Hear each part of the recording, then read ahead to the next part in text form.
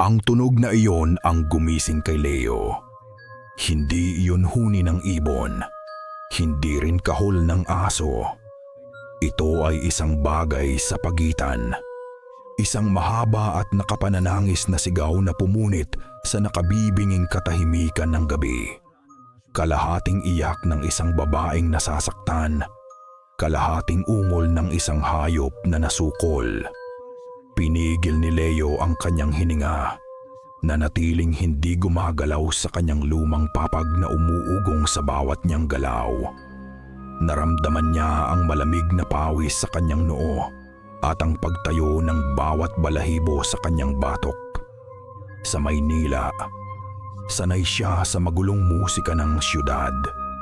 Ang mga busina ng sasakyan, ang sigaw ng mga nagtitinda, ang malakas na tugtugan mula sa kapitbahay.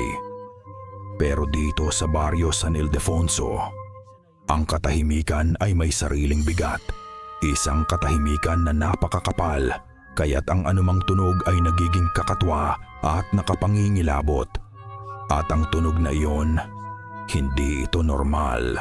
12 oras pa lang ang nakalilipas mula nang bumaba siya sa huling biyahe ng jeep. Ramam ang bawat lubak sa bakubakong daan. Habang papalayo sila sa kabihasnan ng Quezon, unti-unting nawawala ang mga gusaling semento at napapalitan ito ng isang makapal at luntiang gubat na halos nakasasakal. Ang mga puno ay parang mga dambuhalang kalansaitan. Ang mga sangay nagsasalabid sa itaas na parang bubong na humaharang sa sikat ng araw. Ginagawang isang walang hanggang takip silim ang maliwanag sanang hapon. Si Leo na may nakasabit na kamera sa leeg ay parang bumabiyahe pabalik sa panahon, papasok sa isang mundong nalimutan na. Ang baryo San Ildefonso ay hindi sumalubong sa kanya. Tila isa itong katapusan. Ilang dosenang bahay na kahoy, nakakalat at tahimik sa ilalim ng anino ng gubat. Walang naglalarong mga bata, walang nag-uusap na matatanda. Tanging mga matang sumisilip mula sa mga siwang ng bintana. Mga tinging hindi mausisa, kundi mapanuri at mapagbantay. At nariyan si Lolo Adolfo, ang kanyang lolo. Ang lalaking laging kinukwento ng kanyang ina na malakas at masayahin ay isa na lamang aninong hindi kumikibo. Naghihintay siya sa dulo ng daan, payat ang katawan. Balot ng pait ng nakaraan ang muka. Hindi siya ngumiti. Tumango lang siya, kinuha ang backpack ni Leo at naunang maglakad. Ang kanyang kuba at tahimik na likod ay isang pader na humaharang sa anumang tanong. Ang kanilang hapunan ay dinaan sa mabigat na katahimikan. Tanging ang tunog ng kutsara't tinidor na tumatama sa plato ang maririnig. Ang bahay ng kanyang lolo ay tulad din niya. Malamig, puno ng dilim at mga lihim na nakakandado. Ang bawat pagsubok ni Leo na magsimula ng usapan ay sinasalubong ng matitipid na sagot. "Kamusta po kayo, Lolo?" "Ayos lang. Medyo malaki na po pinagbago ng baryo." "Hindi." Pagkatapos kumain, lumabas si Leo para maglakad-lakad sa bakuran. Nakita niya ang ilang bata na naglalaro ng tumbang preso sa di kalayuan. Itinaas niya ang kanyang kamera, ngumiti at akmang kukunan sila ng litrato. Ngunit nang makita nila si Lolo Adolfo na lumabas ng pinto, ang kanilang mga ngiti ay biglang naglaho. Nagmamadali nilang pinulot ang kanilang mga tsinelas at nagtatakbo papasok sa madidilim na eskinita na para bang nakakita sila ng multo. Ngayon, habang nakahiga sa dilim, naunawaan ni Leo na ang katahimikan ng lugar na ito ay hindi kapayapaan. Ito ay katahimikan ng takot.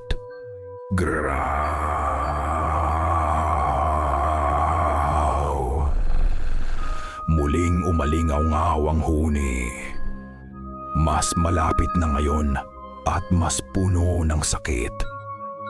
Hindi na ito kayang ipagsawalang bahala ni Leo. Dahan-dahan siyang bumangon. Iniiwasang gumawa ng ingay. Dahan-dahan siyang lumapit sa bintanang kapis at nagbukas ng maliit na siwang para sumilip. Bilog na bilog ang buwan at ang liwanag nito'y nagmistulang pilak na bumalot sa buong baryo. At doon niya sila nakita. Mga 5 o 6 na anino, tahimik na gumagalaw mula sa sentro ng baryo. Wala silang dalang flashlight, tanging mga nagniningas na sulo na lumilikha ng mga aninong sumasayaw at nababago ang anyo sa lupa. Hindi sila nag-uusap. Sabay-sabay lang silang kumikilos. Basugiw matay kumikiyo, patungo sa iisang direksyon, patungo sa gubat ng lagim. Pumasok sila sa dilim ng mga puno at naglaho. Isang matinding kilabot ang gumapang sa kanyang likuran. "Anong ginagawa mo diyan?" Napatalon si Leo sa gulat. Nakatayo si Lolo Adolfo sa may pintuan ng kanyang silid. Isang mataas na anino sa kadiliman. Hindi man lang niya narinig ang paglapit nito. "Lolo, may narinig po ako," pabulong na sabi ni Leo. Nanginginig ang boses. "Isang uhuni, galing sa gubat, at may mga tao po, may dalang sulo." Hindi tumingin ang kanyang lolo sa bintana. Ang mga mata nito ay nakatitig ng diretsyo kay Leo, isang tinging sintalas ng kutsilyo. Hangin lang yon. Mga baliw na naghahanap ng gagamba. Walang emosyon ang kanyang boses. "Bumalik ka na sa higaan mo. Matulog ka na." Pagkasabi niyon, tumalikod na ito at umalis. Iniwan si Leo sa dilim at pagdududa. Hangin, naghahanap ng gagamba. Hindi. Alam ni Leo na totoo ang kanyang narinig at nakita. Napabuntong hininga siya, ramdam ang pagkabigo at takot. Bumalik siya sa kama at tila mas lumamig pa ang hangin sa silid. Nang siya'y umupo, isang malamig na simoy ng hangin ang biglang pumasok mula sa bintana na nagpanginig sa kanya. Kakaiba. Dahil sigurado siyang naisara niya itong mabuti. Tumayo si Leo para isara itong muli. Nang mahawakan niya ang luma at gasgas na pasimano, napansin niyang bahagya itong nakaawang. At nakapatong doon sa ilalim ng liwanag ng buwan ay isang bagay. Isang balahibo. Hindi ito ordinaryong balahibo. Halos kasing haba ito ng kanyang braso at itim na itim. Isang kulay na tila lumalamon sa liwanag. Ngunit hindi ang laki o kulay nito ang nagpatigil sa tibok ng puso ni Leo. Ito ay ang bahid ng mamasamasang pula sa dulo nito. Isang bahid ng sariwang dugo. Hindi pa sumisikat ang araw ng kalampagin ni Mang Adolfo ang pinto ng kwarto ni Leo. Hindi iyon katok. Iyon ay isang malakas na dagok. May halong pagmamadali at galit na hindi narinig ni Leo sa kanyang lolo noon. "Gising! Aalis tayo!" Maikli at madiin ang utos mula sa labas. Nagmamadaling bumangon si Leo. Kinukusot pa ang mga mata. Ang imahe ng itim na balahibo at ng sariwang dugo ay nanatili sa kanyang isipan buong gabi, na nagdulot ng mga panaginip na puno ng mga anino at mga matang nagmamasid mula sa kadiliman. Paglabas niya, handa na si Mang Adolfo. Nakasuot ito ng lumang pantalon at kamiseta, at sa kanyang baywang ay nakasukbit ang isang mahaba at makintab na bolo. Sa kanyang mga mata, may isang determinasyon na nakapagpakilabot kay Leo. Hindi ito ang tingin ng isang taong mangingisda o mangangaso ng baboy ramo. Ito ay tingin ng isang sundalong papasok sa digmaan. "Saan po tayo pupunta, Lolo? Mangingisda po ba tayo?" tanong ni Leo. habang isinusukbit ang kanyang kamera sa leeg dahil sa nakasanayan. Isang matalas na tingin ang ipinukol sa kanya ni Mang Adolfo. "Hindi tayo maglalaro, bata. Iwanan mo yan." Itinuro nito ang kamera. "At kung anuman ang makita mo sa gubat, manahimik ka lang. Sumunod ka sa akin. Maliwanag?" Walang nagawa si Leo kundi tumango at iwanan ang kamera sa ibabaw ng mesa. Sumunod siya sa kanyang lolo palabas ng bahay sa malamig at mamasa-masang hangin ng madaling araw. Ang gubat ng lagim ay mas nakakatakot sa umaga. Ang hamog ay makapal, gumagapang sa pagitan ng mga puno na parang mga kaluluwa. Ang katahimikan ay mas mabigat. Walang huni ng mga ibon. Walang ingay ng mga kuliglig. Tila ang buong gubat ay nagpipigil ng hininga, naghihintay. "Tingnan mo," bulong ni Mang Adolfo. Huminto ito at itinuro ang isang sanga na nabali. Mataas, hindi abot ng tao, at hindi hayop ang may gawa, pinuwersa. Nagpatuloy sila sa paglalakad at sa bawat hakbang, tinuturuan siya ng kanyang lolo ng mga senyales, mga bakas ng paa na masyadong malaki, mga kaluskos na hindi natural, ang biglaang pananahimik ng paligid. Hindi ito pangangaso. Ito ay pagtugis. Hinahanap nila ang pinagmulan ng huni kagabi. At hindi nagtagal, narinig nila ito muli. Pero ngayon, hindi na ito mahihimo, ito isang malakas na sigaw. Isa na lamang itong mahinang daing, isang tunog ng paghihirap at pagsuko. Sinundan nila ang tunog at dinala sila nito sa isang maliit na palumpong kung saan ang mga dahon ay puno ng dugo. At doon, nakita nila ito. Nalaglag ang panga ni Leo sa pinaghalong pagkamangha at awa. Isang dambuhalang ibon ang nakahandusay sa lupa.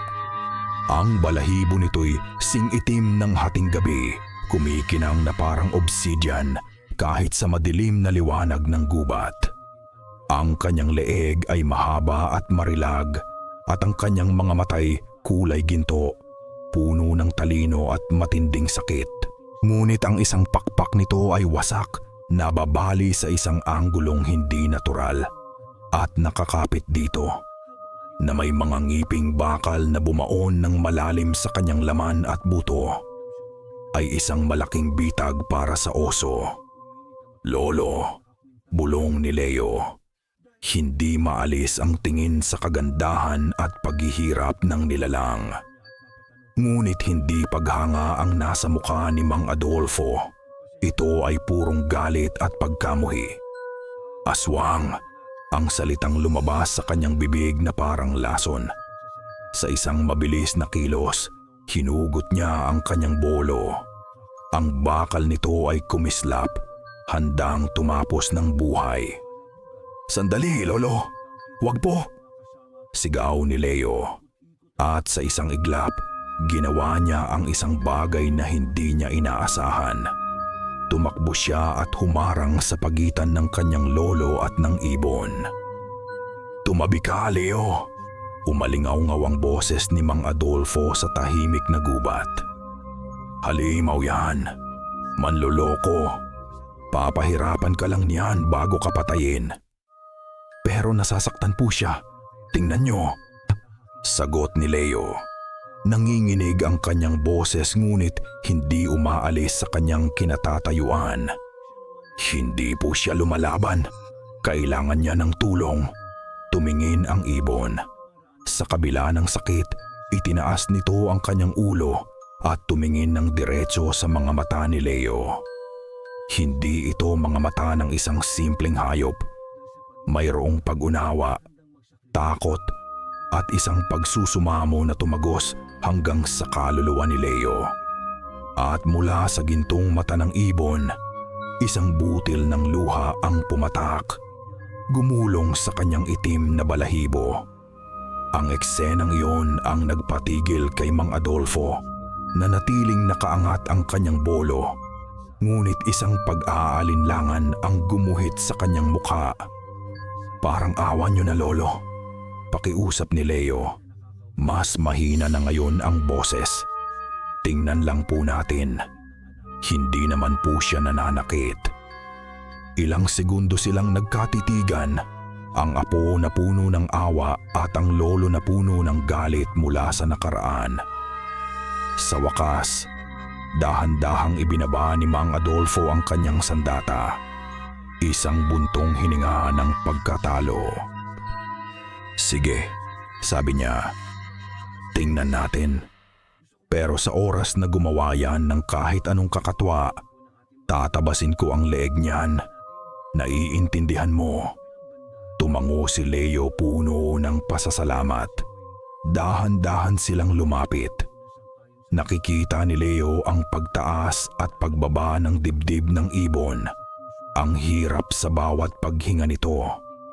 Lumuhod si Leo para masusing tingnan ang brutal na pagkakasira ng pakpak nito.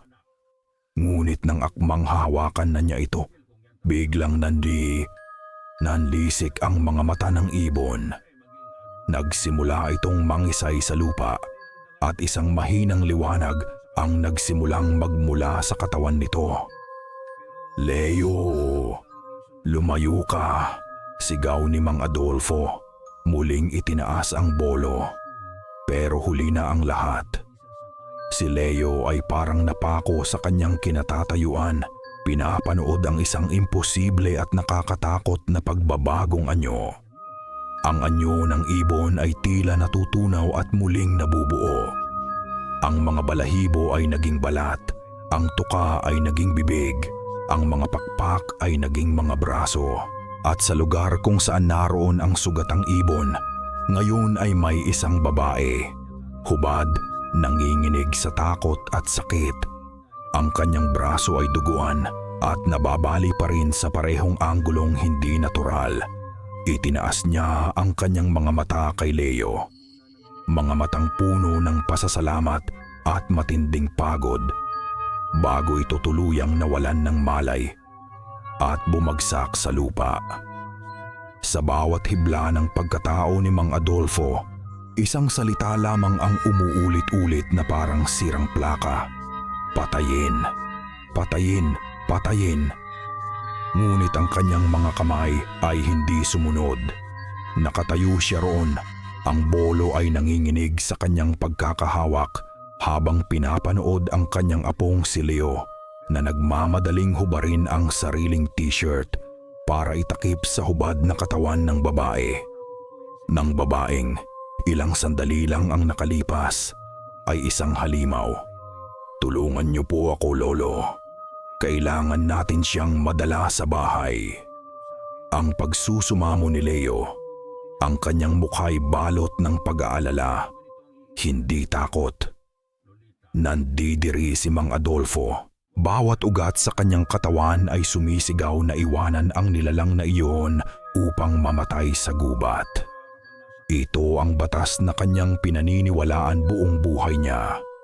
Ang awa ay isang kahinaan na walang lugar sa pakikipaglaban sa dilim.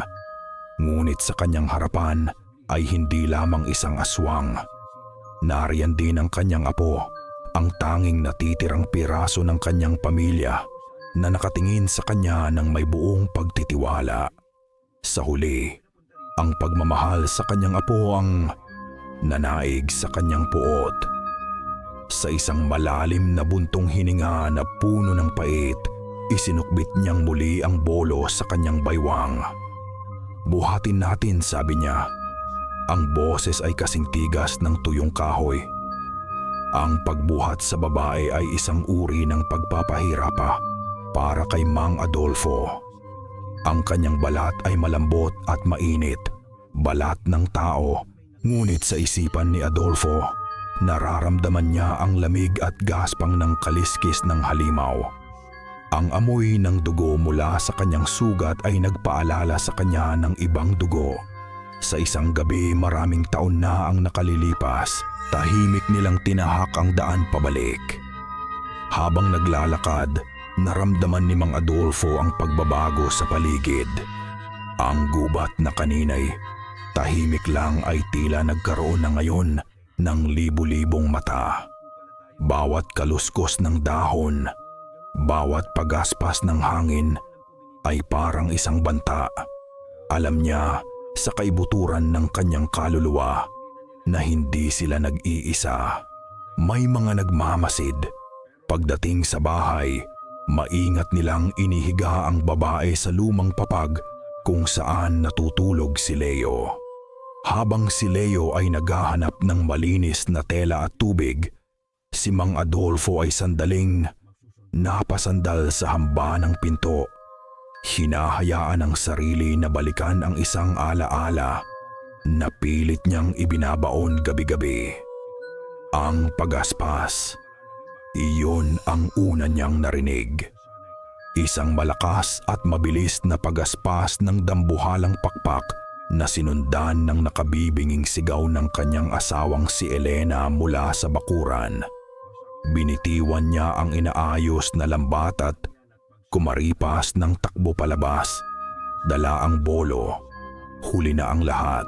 Sa liwanag ng buwan, nakita niya ang isang dambuhalang anyo na may malalaking pakpak na tumangay sa kanyang asawa paakyat sa langit. Ang tanging naiwan ay ang halinghing ni Elena na unti-unting naglaho sa dilim at ang amoy ng dugo sa hangin. Isang matinding panginginig ang gumapang sa katawan ni Mang Adolfo pabalik sa kasalukuyan. Pinilig niya ang kanyang ulo. Pilit iwinawaksi ang multo ng nakaraan. "Lolo, tulungan niyo po akong linisin ang sugat niya," sabi ni Leo. Hawak ang isang palangga ng tubig at malinis na basahan. Nag-aalangan man, lumapit si Mang Adolfo. Nang makita niya ang sugat, napagtanto niyang hindi ito isang simpleng bali. Ang bakal ng bitag ay bumaon ng malalim at ang buto ay halos nadurog. Kakailanganin nito ng higit pa sa malinis na tubig. Pumunta siya sa kanyang lumang baul sa sulok ng silid. Binuksan niya ito at isang amoy ng pinatuyong dahon, langis at lumang kahoy ang sumalubong sa kanya. Mula sa ilalim ng mga damit, kinuha niya ang isang maliit na sisidlan na gawa sa kawayan at isang maliit na kutsilyo na may talim na gawa sa pilak. Ito ang mga gamit niya noon, mga gamit ng isang sentensyador. "Huwag kang tumingin," utos niya kay Leo. At nagsimula siyang magtrabaho. Ginamit niya ang kutsilyong pilak para maingat na alisin ang mga natirang piraso ng bakal sa sugat.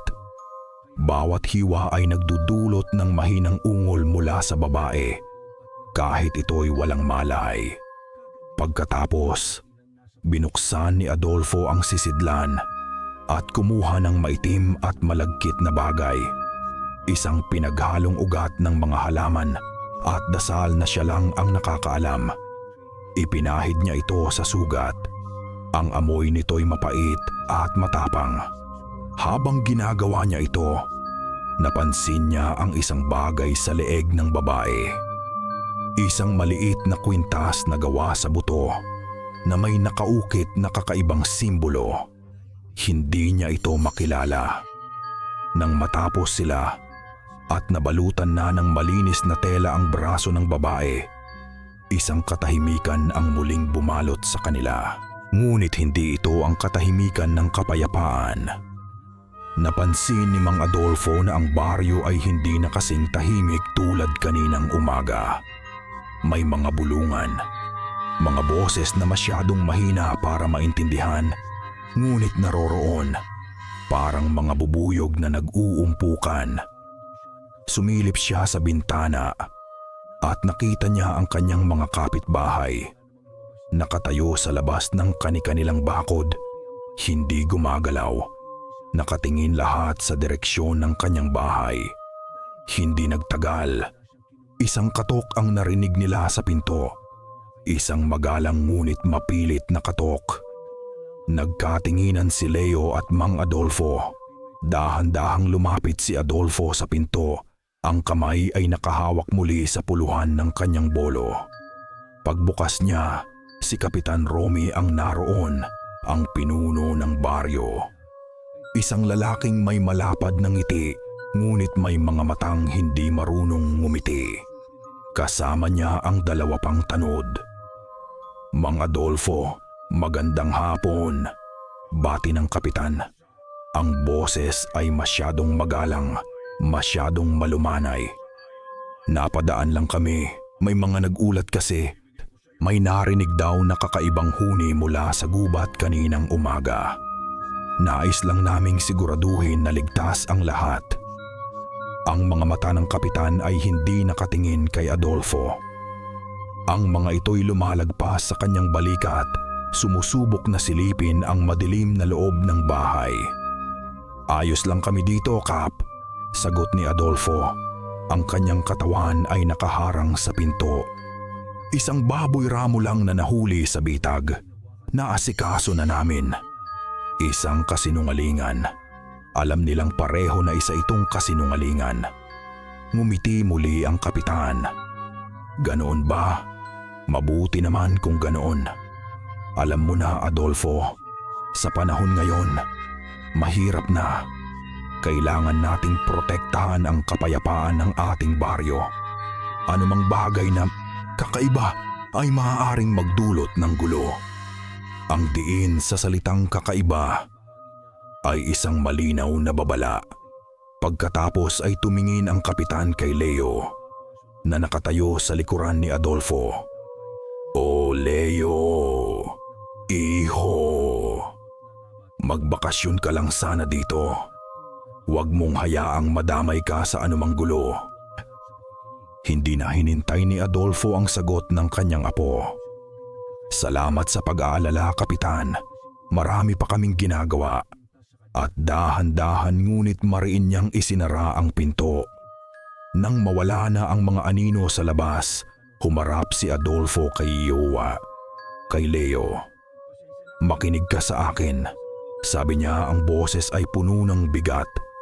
Mula ngayon, hindi na tayo ligtas. Hindi lang sa mga nasa gubat, kundi pati na rin sa kanila. Gabi na.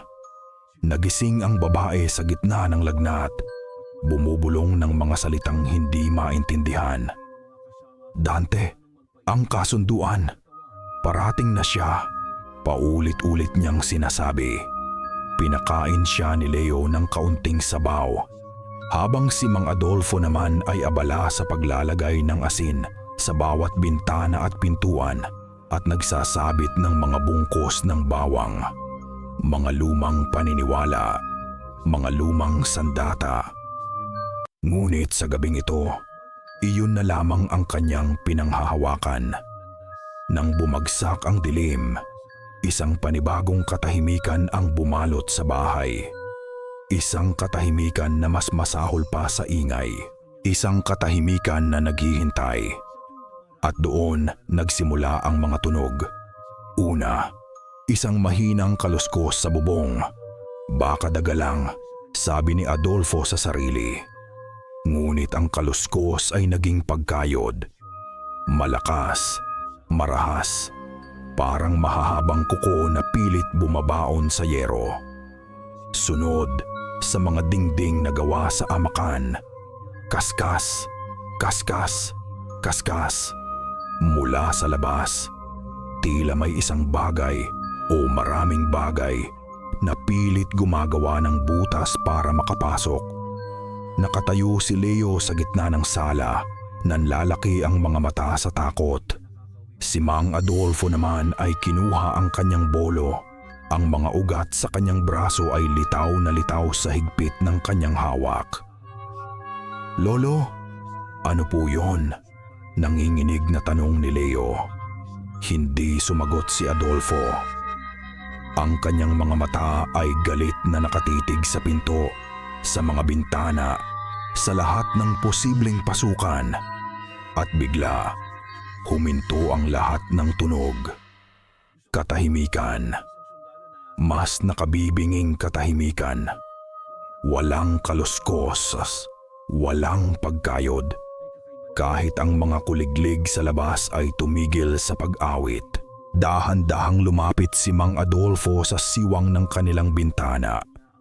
Maingat, dahan-dahan, sumilip siya sa labas. Wala siyang makita kundi ang purong dilim. Isang dilim na tila may buhay. Isang dilim na nagmamasid pabalik sa kanya. Akala niya'y ligtas sila. Akala niya'y nasa labas ang panganib. Ngunit narinig niya ito. Hindi mula sa labas. Hindi mula sa bubong. Narinig niya ito sa tabi mismo ng kanyang tainga. Isang bulong. Malamig na parang hangin mula sa puntod at malinaw na parang kristal. Ibigay niyo siya sa amin, matanda. Hindi nakatulog si Leo ng gabing iyon. Bawat kaluskos, bawat ihip ng hangin ay nagpapatindig sa kanyang mga balahibo. Ang malamig na bulong na narinig ng kanyang lolo ay tila nanatili sa hangin. Isang pangakong hindi pa natutupad. Ang bahay na dati simbolo lang ng pagkabagot sa probinsya ay naging isang kulungan at ang buong baryo sa labas ay isang malawak na bitag. Kinaumagahan, ang takot ay napalitan ng isang matinding pag-aalinlangan. Gising na ang babae, si Amara. Iyon ang pangalan niya. Wala na ang kanyang lagnat at sa kanyang mga mata ay mayroon ng liwanag ng pag-iisip, bagamat nababalot pa rin ito ng takot. Salamat, sabi niya kay Leo. Ang boses ay mahina at paos. Tumingin siya sa braso niyang maayos na nababalutan ng tela. Kung hindi dahil sa'yo, sino ka ba talaga? Diretsahang tanong ni Leo. Hindi na napigilan ang sarili. At sino si Dante? Nagbago ang mukha ni Amara. Ang pasasalamat ay napalitan ng kilabot sa pagkarinig sa pangalan. Isa akong kinari, paliwanag niya. Hindi kami tulad ng iba. Hindi kami nananakit ng tao. Kumakain kami ng mga bunga ng puno at umiinom sa batis. Ngunit si Dante, siya ay isang tik-tik, isang pinuno. Matagal na niya akong hinahanap. Bakit kanya hinahanap? Umiling si Amara at mga luha ang namuo sa kanyang mga mata. Dahil sa aking dugo, kailangan niya ang dugo ko para sa isang ritual. Para palakasin ang kanyang angkan. Hindi alam ni Leo kung ano ang paniniwalaan. Ang kwento ay parang mula sa isang lumang libro ng mga alamat. Ngunit ang takot sa mga mata ni Amara at ang mga kuko na kumaskas sa kanilang dingding kagabi ay totoong-totoo. Nang araw na iyon, mas naging malinaw ang galit ng baryo. Nang lumabas si Leo para subukang bumili ng bigas at kape sa nag-iisang tindahan, tinitigan lamang siya ng matandang may-ari na si Aling Pacing. Wala kaming tinda, sabi nito. Kahit kitang-kita ni Leo ang mga nakasabit na sachet ng kape at mga sakong bigas sa likuran nito. Pero Aling Pacing, wala akong sinabing pero, putol nito at tumalikod na. Habang naglalakad pabalik si Leo, ramdam niya ang bawat mata na nakatutok sa kanya. Mga tinging mapanghusga, puno ng sisi. May mga batang nagbabatuhan at isang bato ang sinadyang tamaan ang kanyang binti. Hindi ito malakas, pero ang mensahe ay malinaw. Hindi siya parte ng lugar na ito. Isa siyang kaaway. Dahil sa galit at pagkalito, nagpasya si Leo na maglakad-lakad sa kabilang dulo ng baryo sa isang lugar na hindi niya pa napupuntahan. Dinala siya ng kanyang mga paa sa isang landas na papunta sa paanan ng gubat ng lagim. Doon, may nakita siyang isang lugar na tila bawal puntahan. May mga lumang bakod na gawa sa kawayan At sa bawat puno sa paligid ay may mga nakaukit na simbolo, mga kakaibang hugis na paikot-ikot na may isang tuldok sa gitna. Parehong-parehong simbolo na nakita niya sa mga batong ibinato sa kanya. Habang pinagmamasdan niya ang mga ukit, isang kamay na tuyot at kulubot ang biglang humawak sa kanyang braso. "Huwag kang pumasok diyan, iho." Napatalon si Leo sa gulat. Isang matandang babae, kuba na sa katandaan, ang nakatayo sa tabi niya. Ang kanyang mga mata ay malabo na, ngunit mayroong talim ng pag-aalala at takot. "Bakit po?" tanong ni Leo. "Sagrado ang lugar na yan," bulong ng matanda. "Ang hangganan. Huwag ninyong sirain. Huwag ninyong guluhin." "Anong pong sinasabi nyo? Ano po ba ang meron dito?" Tumingin ang matanda sa paligid na para bang may nakikinig. Mas inilapit niya ang kanyang mukha kay Leo. Ang hininga niya'y amoy lupa at mga dahon. "Umalis ka na habang kaya mo pa." Ang nanginginig niyang bulong. "Ikaw at ang iyong lolo, isama niyo ang babae. Bago magalit ang lupa, bago masira ang kasunduan, kasalanan niyo kung masisira ang kasunduan." Bago pa makapagtanong muli si Leo, mabilis na tumalikod ang matanda at naglakad palayo. Nawawala sa mga eskinita na parang isang aparisyon. Naiwan si Leo na nakatayo ron. Ang salitang kasunduan ay umuulit-ulit sa kanyang isipan. Ang parehong salita na binulong ni Amara kagabi. Gabi na nang makabalik si Leo sa bahay. Dala ang bigat ng mga tanong na walang kasagutan. Tahimik lang si Mang Adolfo, nagahasa ng kanyang bolo sa isang sulok. Ang tensyon sa pagitan nilang dalawa ay halos nahihipo na. Hindi makatulog, lumabas si Leo sa likod bahay para magpahangin. Ang buwan ay nakatago sa makakapal na ulap. Mula sa kinatatayuan niya, may siwang sa dingding ng lumang bodega kung saan nag-iimbak ng mga gamit ang kanyang lolo. May kaunting liwanag mula sa loob, isang kandila, marahil. Dahil sa kuryosidad, dahan-dahan siyang lumapit at sumilip. Ang nakita niya ay nagpadurog sa kanyang puso. Nakaluhod ang kanyang lolo Adolfo sa lupa.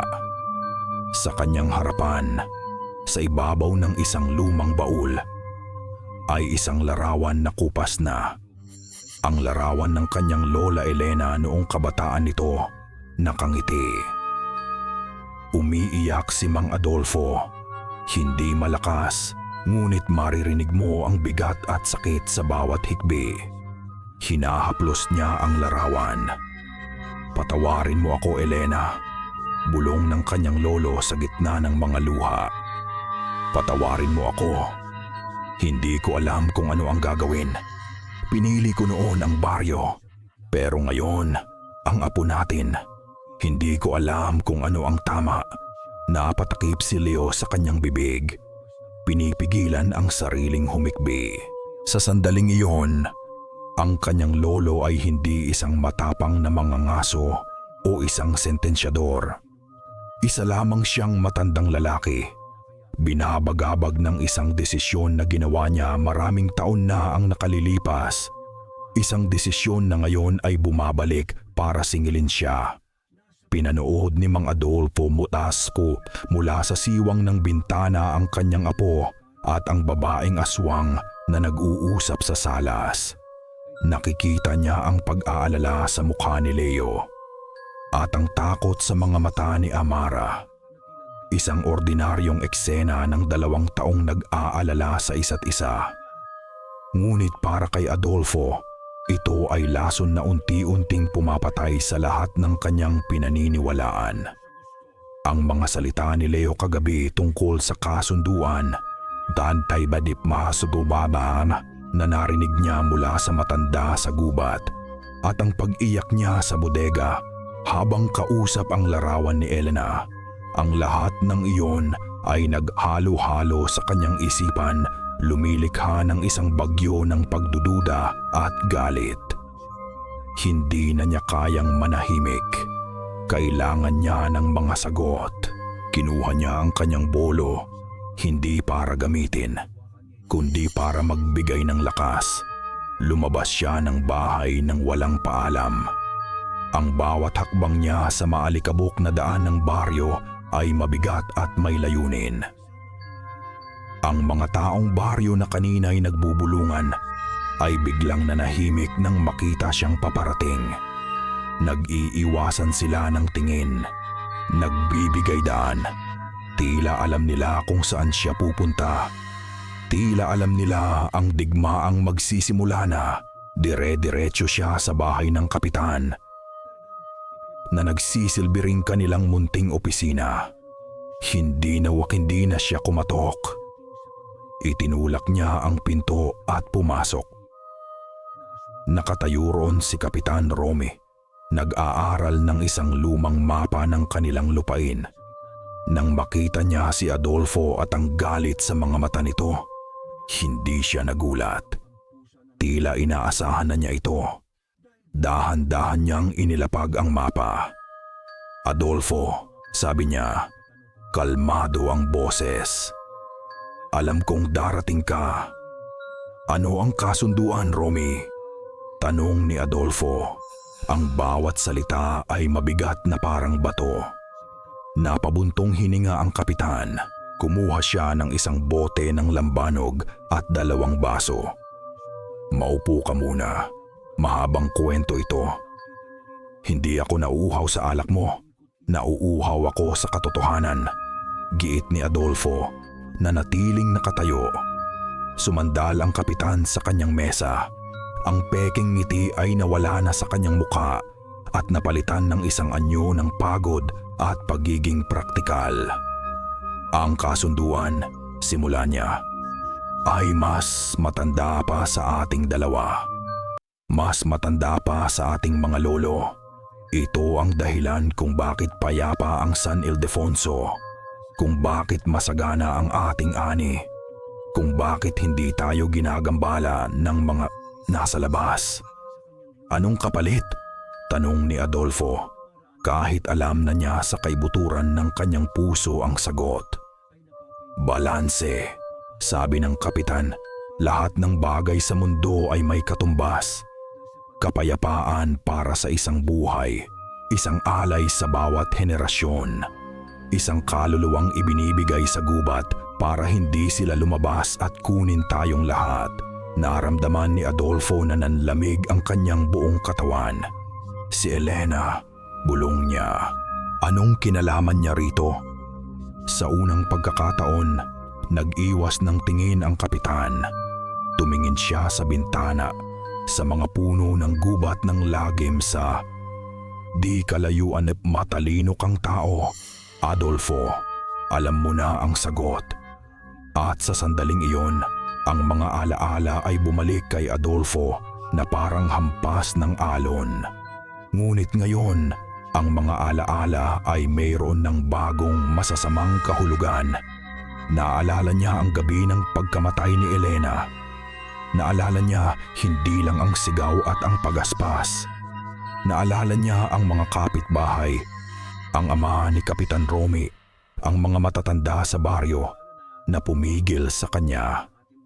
Hindi nila siya tinulungang habulin ang aswang. Hinawakan nila siya. Pinigilan. "Hayaan mo na, Adolfo," sabi nila. "Kinuha na siya ng lupa. Wala na tayong magagawa." Akala niya noon ay para sa kanyang kaligtasan. Ngayon, alam na niya, iyon ay para masigurong matuloy ang pag-aalay. "Kayo." Nanginginig ang boses ni Adolfo. Hindi dahil sa takot, kundi dahil sa matinding galit na ngayon palang masyipalang niya naramdaman sa buong buhay niya. "Kayo ang nagbigay sa kanya. Kayo ang pumatay sa asawa ko." "Hindi namin siya pinatay," kalmadong sagot ng kapitan. Muling tumingin kay Adolfo. Nag-alay tayo para sa kaligtasan ng mas nakararami. Isang sakripisyong kailangan. At si Elena, siya ang napili. Malakas ang kanyang dugo. Pinayapa niya ang mga tiktik sa loob ng 20 taon. Naramdaman ni Adolfo na gumuho ang kanyang mundo. Ang galit na inipon niya para sa mga aswang sa loob ng 20 taon ay biglang naghahanap ng bagong paglalagyan. Ang mga taong pinagkatiwalaan niya, ang baryong ipinagtanggol niya. Ang buong buhay niya ay isang kasinungalingan. Dahan-dahan siyang tumalikod, parang isang taong biglang tumanda ng 100 taon. Adolfo, sandali, tawag ng kapitan. Huminto si Adolfo sa may pinto, ngunit hindi siya lumingon.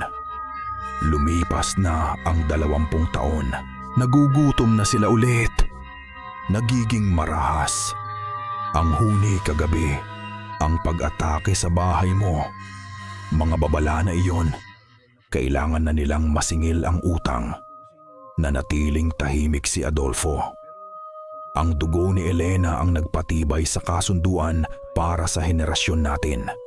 Ngayon, kailangan natin ng bagong dugo, ang dugo ng babaeng yan. Bago singilin ni Dante ang buong baryo. Pagbalik ni Mang Adolfo, hindi na galit ang makikita sa kanyang mukha. Wala na ang puot na nag-aalab sa kanyang mga mata. Ang nakita ni Leo ay isang bagay na mas masahol pa. Isang kawalan. Tila ang kanyang lolo ay isang basong pinatuyo hanggang sa huling patak at ang natira na lamang ay ang mga basag. Umupo si Mang Adolfo sa isang silyang kahoy. Ibinaba ang bolo sa sahig na may malakas na kalabog at ipinatong ang kanyang mukha sa kanyang nanginginig na mga palad. Ilang sandali siyang nanatiling ganoon. Ang kanyang mga balikat ay yumuyugyog sa tahimik na pagtangis. Lolo, anong nangyari? Nag-aalalang tanong ni Leo. Lumapit siya. Itinaas ni Mang Adolfo ang kanyang mukha. Ang kanyang mga mata ay pula at basag. Totoo, sabi niya, ang boses ay basag at puno ng lason. Totoo lahat ng bulong-bulungan. Hindi naintindihan ni Leo. Ang alin po, Lolo? At doon, sa mababang liwanag ng kanilang gasera, ikinuwento ni Mang Adolfo ang lahat. Ikinuwento niya ang tungkol sa kasunduan. Isang kasunduan ng dugo na ginawa ng mga ninuno ng baryo para sa kasaganaan. Isang buhay para sa kapayapaan. Isang alay sa bawat henerasyon para manatili sa gubat ang mga halimaw. Habang nagsasalita ang kanyang lolo, naramdaman ni Leo na gumuho ang kanyang mundo. Bawat alaala niya ng baryong ito, ang mga ngiti ng mga kapitbahay, ang mga pista, ang mga kwento ng kanyang ina tungkol sa isang payapang pamayanan ay naging isang malaking kasinungalingan.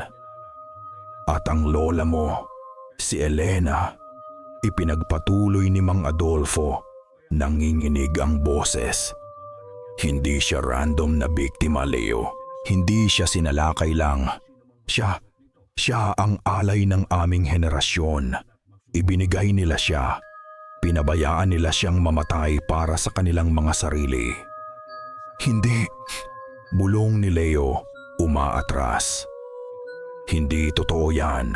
Totoo. Sigaw ni Mang Adolfo.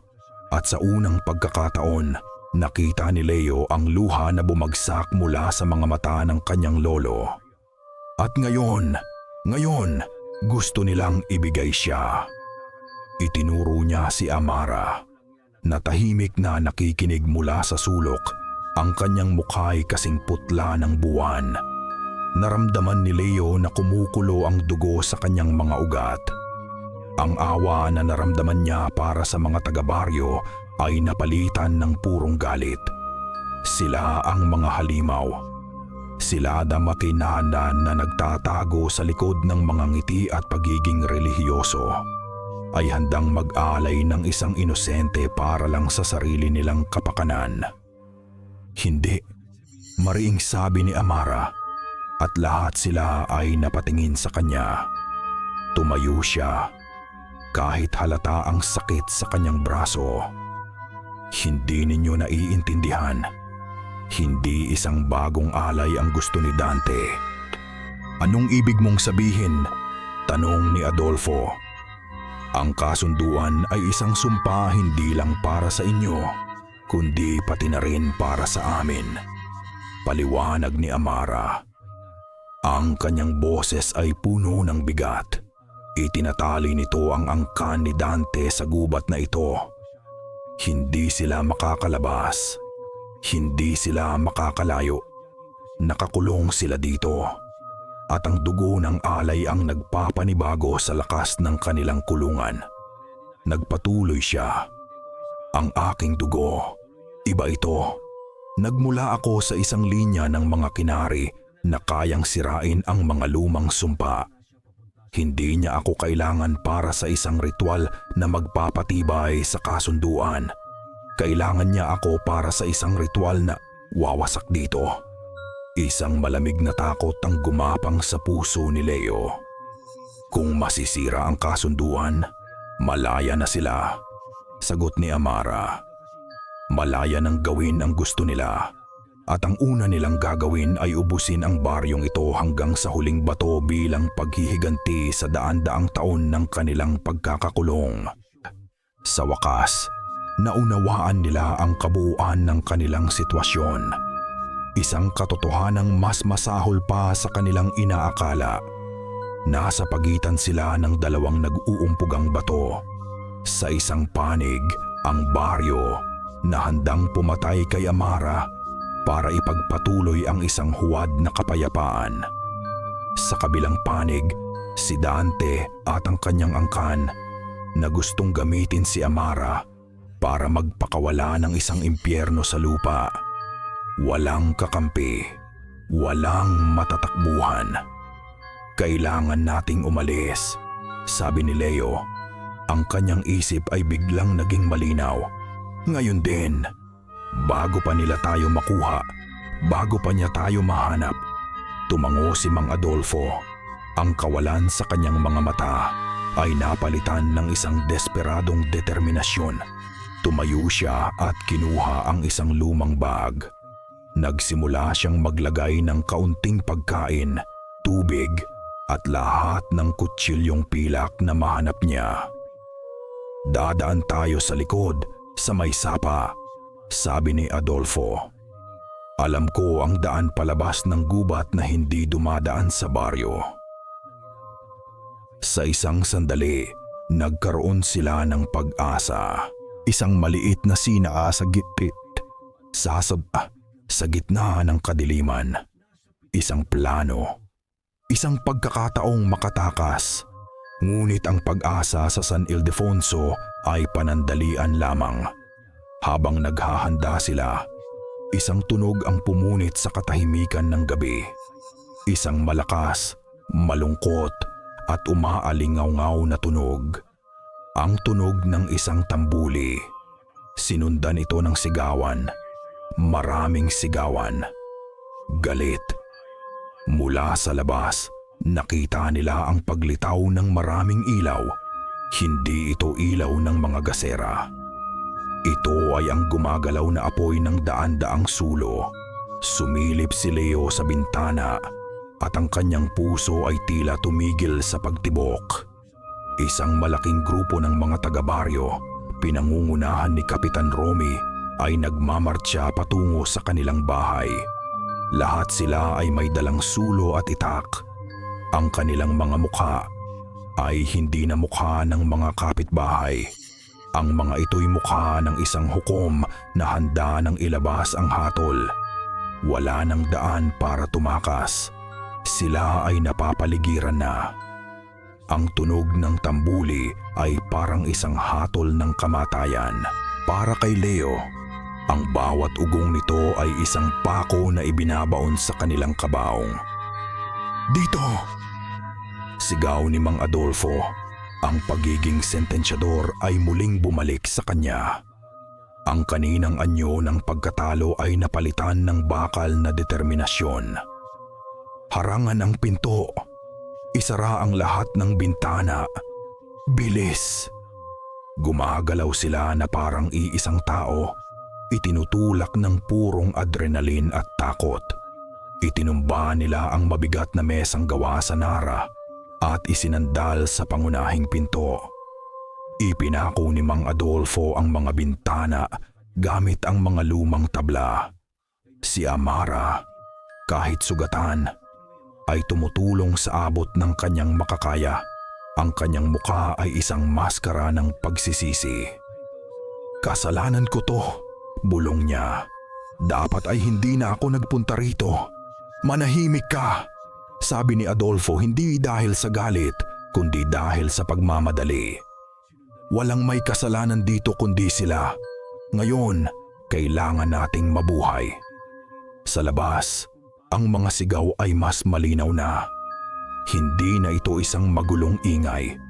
Isa na itong koro ng galit. Ilabas ang aswang. "Adolfo, Leo, mga taksil, ibigay niyo siya sa amin kung ayaw niyong madamay."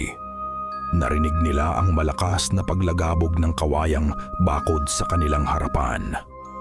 Gumuho ito. Ang dagat ng mga sulo ay pumasok na sa kanilang bakuran. Ang bahay ay napapaligiran na. Bang! Isang malakas na kalabog ang yumanig sa kanilang pintuan. May isang malaking troso na paulit-ulit na ibinabangga rito. "Hindi ito magtatagal!" Sigaw ni Leo. Ang buong katawan niya ay nakasandal sa mesa. Sinusubukang dagdagan ang bigat na humaharang sa pinto. Ramdam niya ang bawat hampas sa kabilang panig, ang bawat pag-uga ng kahoy. Nararamdaman niya ang bigat ng puot ng buong baryo. Mabilis na kumilos si Mang Adolfo. Kumuha siya ng isang malaking kaldero. Pinuno ito ng tubig mula sa tapayan at isinalang sa nagbabagang kalan. Pagkatapos, binuksan niya ang kanyang baul at inilabas ang mga maliliit na bote na may lamang mga pinulbos na dahon at asin. "Kapag nakapasok sila, ibuhos mo to sa kanila," sabi niya kay Leo. Inabutan ito ng isang bote. Asin na may kasamang dasal. Hindi nila magugustuhan yan. Matanda na si Mang Adolfo, ngunit ang kanyang mga kilos ay mabilis at may katiyakan. Kumukuha siya ng lakas mula sa isang galit na inipon niya sa loob ng 20 taon. Ngunit kitang-kita ni Leo ang pagod sa kanyang mukha, ang hirap sa kanyang paghinga. Bang! Crack! Nagsimulang magkaroon ng siwang ang pintuan. Nakikita na nila ang mga anino at ang apoy mula sa labas. "Leo, umalis ka dyan!" sigaw ni Adolfo. Ngunit bago pa makakilos si Leo, nakita ni Amara ang pag-aalinlangan sa mga mata ng matanda. Alam niyang hindi nila ito kakayanin. Ipinikit ni Amara ang kanyang mga mata. Itinaas niya ang kanyang hindi napinsalang kamay. Bumulong siya ng mga salitang hindi naintindihan ni Leo. Biglang umihip ang isang malakas na hangin sa loob ng bahay kahit nakasara ang lahat ng bintana. Ang apoy sa kanilang gasera ay halos mamatay. At sa labas, isang mas malakas na puwersa ang tumama. Isang malakas na bugso ng hangin na parang isang dambuhalang kamay ang nagtulak sa mga tao papalayo. Narinig nila ang sigawan at pagbagsak sa labas. Ang paghampas sa pinto ay huminto. Ang mga sulo ay nagsayawan na parang mga baliw. Ang iba'y namatay. "Ano yon?" gulat na tanong ni Leo. Napaluhod si Amara. Hinihingal. "Lakas ko! Paubos na!" Ang ginawa ni Amara ay nagbigay sa kanila ng ilang sandali ng kapayapaan. Ngunit ang epekto nito sa mga taga-baryo ay kabaligtaran. Ang kanilang takot ay naging mas matinding galit. Sa gitna ng kaguluhan, isang boses ang umalingaw-ngaw, mas malakas kaysa sa iba. Ang boses ni Kapitan Romy. Nakita niyo na, isang tunay na halimaw, gumagamit ng itim na mahika. Hindi natin siya pwedeng hayaang mabuhay. Isang koro ng pagsang-ayon ang sumagot sa kanya. Kung ayaw nilang ilabas, sigaw ng kapitan. Ang kanyang boses ay puno ng lason at paghatol. Sunugin natin sila kasama ng halimaw. Nanlaki ang mga mata ni Leo. Bago pa siya makapagsalita, isang bagay na nag-aapoy ang lumipad sa ere. Sumalpok ito sa kanilang bubong na gawa sa tuyong pawid. Swoosh! Sa isang iglap, ang tunog ay napalitan ng isang malakas na paglagablab. Nagsimulang pumatak ang mga nag-aapoy na piraso ng pawid sa loob ng bahay. Ang amoy ng usok ay mabilis na kumalat, nakakasakal at nakakabulag. Tumingala si Leo. Sa mga siwang ng kanilang bubong, wala na siyang makitang bituin, tanging ang kulay kahel at pulang liwanag ng apoy na mabilis na gumagapang. Nilalamon ang kanilang tahanan, ang kanilang huling kanlungan. Sila ay nakulong. Sa labas, isang grupo ng mga taong uhaw sa dugo. Sa loob, isang impyernong unti-unting lumalaki. Wala nang matatakbuhan. Naging isang impyerno ang loob ng bahay sa loob lamang ng ilang segundo. Ang init ay nakakapaso. Ang usok ay kumakapit sa lalamunan, ginagawang bawat paghinga ay isang paghihirap. Ang tunog ng nagliliyab na kahoy at pawid ay nakabibingi, isang awit ng pagkawasak. "Wala na to!" sigaw ni Leo. Umuubo habang tinatakpan ng braso ang kanyang ilong at bibig. "Masusunog tayo ng buhay dito." Si Amara ay nakasandal sa dingding. Nang hihina, ang kanyang mga matay puno ng kawalan ng pag-asa.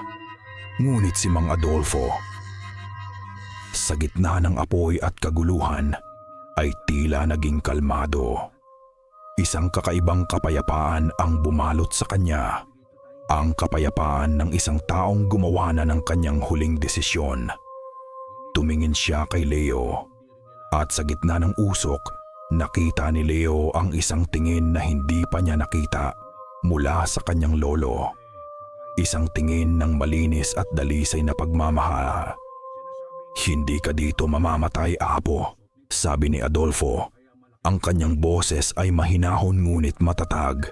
Hinila niya si Leo palayo sa nagbabagang pader. "Halika, may isang daan." Pinangunahan niya sila sa pinakasulok ng kusina. Sa isang lugar na natatakpan ng isang lumang banig, tinanggal niya ito at isang maliit na pinto na gawa sa kawayan ang lumitaw sa sahig. Binuksan niya ito at isang madilim at makipot na butas ang bumungad sa kanila. Amoy lupa at nabubulok na dahon. "Ano to?" tanong ni Leo. "Isang lagusan," sagot ni Adolfo. "Ginawa ko to noong araw para kung sakali dadalhin kayo nito sa may sapa sa likod ng kawayanan, sa labas ng baryo." "Kayo?" ulit ni Leo. Napansin ang salitang ginamit. "Sasama po kayo, lolo. Hindi namin kayo iiwan." Umiling si Mang Adolfo. Inilagay niya ang kanyang magaspang na kamay sa pisngi ni Leo. "Kailangan ng isang maiiwan," sabi niya, "para bigyan kayo ng oras, para iligaw sila." "Hindi, lolo, hindi!" Umiiyak na sabi ni Leo. Hinahawakan ang braso ng kanyang lolo. "Makinig ka," sabi ni Adolfo. Ang kanyang boses ay muling tumigas. 20 taon akong nabuhay sa kasinungalingan at galit. Hinayaan kong mamatay ang lola mo. Hindi ko hahayaang mangyari ulit yon sa iyo. Ito na ang aking pagbabayad sala. Hinubad niya ang isang maliit na anting-anting mula sa kanyang leeg, isang maitim na ngipin ng hayop na nakatali sa isang pulang sinulid, at isinabit ito sa leeg ni Leo. Pamana to ng lola mo, proteksyon. Huwag mong wawalain. Niyakap niya ang kanyang apo ng mahigpit, isang yakap na puno ng 20 taon nang hindi nasabing mga salita. Mahal kita, apo. Ngayon umalis na kayo. Itinulak niya si Leo patungo sa butas. Tumulong si Amara na ibaba si Leo. Pagkatapos, si Amara naman ang pumasok. Bago pa man makasampa muli si Leo para hilahin ang kanyang lolo, tiningnan siya ni Adolfo sa huling pagkakataon. Mabuhay ka para sa aming dalawa, sabi niya, at isinara niya ang pinto mula sa itaas. Narinig ni Leo ang tunog ng isang mabigat na bagay na inilagay sa ibabaw nito. Nasa ilalim sila ng lupa sa isang makipot at madilim na lagusan. Ang tanging naririnig nila ay ang muffled na tunog ng apoy sa itaas at ang sarili nilang hirap na paghinga. Gumapang sila pinangunahan ni Amara. Sa dilim na tila walang katapusan, sa bawat paggapang, naririnig ni Leo ang mga tunog mula sa itaas. Ang pagbagsak ng bubong, ang mas malalakas na sigawan, at pagkatapos, isang bagong tunog. Isang tunog na mas masahol pa sa apoy at sigawan ng mga tao. Isang serye ng matitinis na huni na sinundan ng isang malakas at nakakapangilabot na pagaspas ng maraming pakpak. Dumating na si Dante, naakit ng apoy, ng gulo, ng amoy ng dugo. Mula sa kanyang posisyon sa labas ng nasusunog na bahay, nakita ni Mang Adolfo ang kanilang pagdating.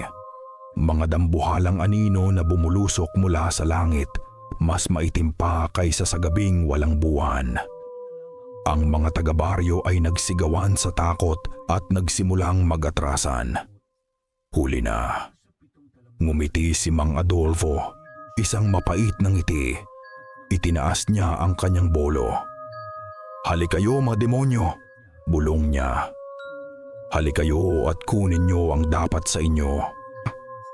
Lumabas siya mula sa nasusunog na bahay, isang matandang lalaki na nababalot ng usok at abo. Ang kanyang bolo ay kumikinang sa liwanag ng apoy. Humarap siya hindi lamang sa mga taga-baryo na pumatay sa kanyang asawa, kundi pati na rin sa mga halimaw na kumuha sa kanya. Ang huling nakita niya ay ang mukha ni Dante, isang mukha na nakakagulat na bata at gwapo, na may mga matang kasing pula ng nagbabagang uling. Ngumiti ito sa kanya, isang ngiting puno ng pangako ng walang katapusang sakit. At pagkatapos, ang lahat ay naging dilim. Sa dulo ng lagusan, sa may gilid ng sapa, sabay na lumabas si Leo at Amara. Umuubo at humihingal. Ligtas sila sa apoy. Ligtas sila sa mga tao. Ngunit nang tumingin sila pabalik sa direksyon ng baryo, narinig nila ito. Isang huling sigaw. Isang sigaw na puno ng sakit at paglaban. Ang sigaw ng kanyang lolo. Pagkatapos noon, katahimikan na lamang. Ang katahimikan na sumunod sa huling sigaw ni Mang Adolfo ay mas masakit kaysa sa anumang ingay. Para kay Leo Antio, ang katahimikang iyon ay isang pader na humarang sa pagitan ng kanyang nakaraan at ng isang hinaharap na hindi na niya makikilala. Napaluhod siya sa mamasa-masang lupa sa tabi ng sapa. Ang kanyang katawan ay nanginginig hindi dahil sa lamig kundi dahil sa matinding pagdadalamhati. Paulit-ulit na umalingaw-ngaw sa kanyang isipan ang huling sigaw ng kanyang lolo. Hinawakan niya ang anting-anting sa kanyang leeg. Ang maitim na ngipin, na ngayon ay mainit sa kanyang palad. Iyon na lamang ang natitira sa kanya. Leo, mahinang tawag ni Amara. Ang kanyang kamay ay marahang dumapo sa kanyang balikat. Huwag, sabi ni Leo. Ang boses ay garalgal. Huwag kang magsalita. Hindi niya kayang makarinig ng kahit anong salita ng pakikiramay. Ang bawat salita ay parang asin na ibinubudbod sa sariwang sugat. Nanatili silang ganoon ng ilang sandali, nakaluhod sa dilim. Habang ang liwanag mula sa nasusunog na baryo ay unti-unting namamatay sa di kalayuan. Si Leo ay isang estatwa ng pagluluksa. Si Amara ay isang anino ng pag-aalala. Nang sa wakas ay tumigil ang panginginig ni Leo, napalitan ito ng isang malamig at matigas na bagay sa kanyang dibdib. Galit, hindi na ito ang mainit at pabigla-biglang galit na naramdaman niya kanina. Ito ay isang malamig, matiyaga, at nakamamatay na galit. Hindi sila mananalo, bulong niya. Mas para sa sarili niya kaysa kay Amara. Leo, kailangan nating umalis, sabi ni Amara. Maaring hanapin nila tayo dito. Saan tayo pupunta? Tanong ni Leo. Ang kanyang boses ay walang emosyon. Nakita mo ang nangyari. Kahit saan tayo magpunta, hahanapin tayo ni Dante. At kung makatakas man tayo sa kanya, hahanapin tayo ng mga tao. Walang katapusan to. May isang lugar, sabi ni Amara pagkatapos ng ilang sandaling pag-aalinlangan. Isang lugar na sagrado. Isang lugar kung saan makakapagpagaling ako at puwat. Isang lugar kung saan matatapos natin to. Tumingin si Leo sa kanya. Ang kanyang mga mata ay nagtatanong. Sa puso ng gubat, sabi ni Amara. Halika. Tumayo siya at tinulungan si Leo na makatayo. Pinangunahan niya ito palayo sa sapa, papalayo sa baryo, at papasok sa mas malalim at mas madilim na bahagi ng gubat ng lagim. Walang nagsasalita. Tanging ang tunog ng kanilang mga paa sa mga tuyong dahon at ang sarili nilang paghinga. Pagkatapos ng halos isang oras na paglalakad, nakarating sila sa isang pader na bato na natatakpan ng mga baging. Sa likod ng makakapal na dahon ay isang makitid na siwang. Pumasok sila. Ang bumungad sa kanila ay isang paraiso sa gitna ng kadiliman. Isang maliit na yungib na ang bubong ay butas. Hinahayaang pumasok ang liwanag ng buwan. Sa gitna nito, bumabagsak ang isang maliit na talon mula sa itaas. Lumilikha ng isang natural na lawa na kumikinang sa liwanag. Ang hangin ay malinis at amoy bulaklak. Dito ako nagpapagaling, paliwanag ni Amara. Lumusong siya sa tubig na hanggang baywang. Ibinabad niya ang kanyang sugatang braso. At sa pagdampi ng tubig, isang mahinang berdeng liwanag ang nagmula sa kanyang balat. Unti-unting nawawala ang pamamaga. At ang sakit sa kanyang muka ay napalitan ng ginhawa. Pinanood lang siya ni Leo, nakatayo sa gilid. Ang mahika ng lugar ay walang epekto sa kanya. Ang lamig sa kanyang dibdib ay hindi kayang painitin ng anumang talon o liwanag ng buwan. Ang lugar na ito, nagsalita muli si Amara, ang puso ng gubat. Dito pinanday ang kasunduan daan-daang taon na ang nakalilipas. At dito rin, dito ko lang ito pwedeng wasakin. Paano? Tanong ni Leo. Kailangan kong gawin ang isang ritual na magpapalaya sa lahat ng kapangyarihan ko, sabi niya. At sa unang pagkakataon, Nakita ni Leo ang takot sa kanyang mga mata. Ngunit may kapalit. Kapag ginawa ko yun, ang lahat ng lakas ko ay lalabas. Ang anyo ko, magbabago ito. Maaring hindi na ako makabalik sa dati. Maaring maging tulad ako ng halimaw na kinatatakutan nilang lahat. Tumingin siya kay Leo. Ang kanyang mga mata ay nagtatanong, humihingi ng pangunawa. Lumapit si Leo sa gilid ng lawa. Tumingin siya sa refleksyon niya sa tubig. Isang mukha ng isang estranghero. Payat, marumi, at may mga matang tila nakakita na ng katapusan ng mundo.